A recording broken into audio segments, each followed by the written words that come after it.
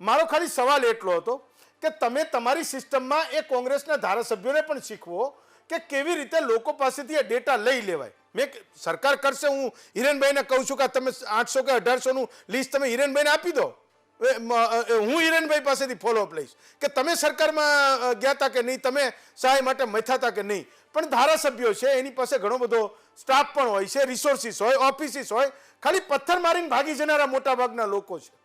તમે 6 વાગ્યા પછી 7 વાગ્યા પછી આ મામલે એ કોંગ્રેસના ધારાસભ્યને ફોન કરો, સાહેબ એક ધારાસભ્ય ફોન ના ઉઠાવો, બોલો બોલો પાલભાઈ, કરવો જ તમારો ફોન? તમે સરા જાહેર કરી જુઓ, માત્ર ને માત્ર પથ્થર ફેંકનારા તમારામાં જાજા છે.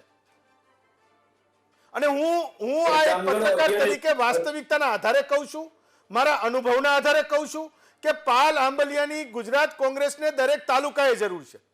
પાલ આંબલિયાનું કાર્યક્ષેત્ર ખંભાળિયા, દ્વારકા અને જામનગર નથી, એને દરેક તાલુકાએ એ ગુજરાત કોંગ્રેસને જરૂર છે કે જે લોકોના પ્રશ્નોને ઉઠાવે, ખેડૂતોના મુદ્દાને લઈને આવે, એની સંવેદનાઓને સમજે.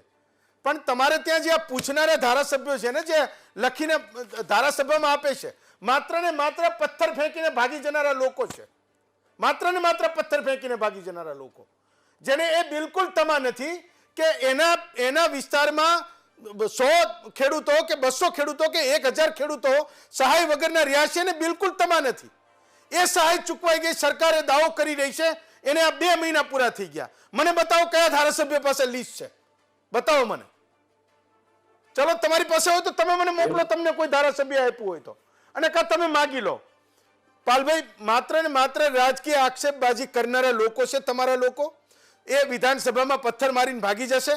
લોકોને એવું લાગશે કે આ જોરદાર કામ કરી રહ્યા છે. ભાજપના કેટલાક એવા લોકો છે, પણ આજ આ તમારા લોકો મોટા ભાગના ઉઘાડા પડી ગયા.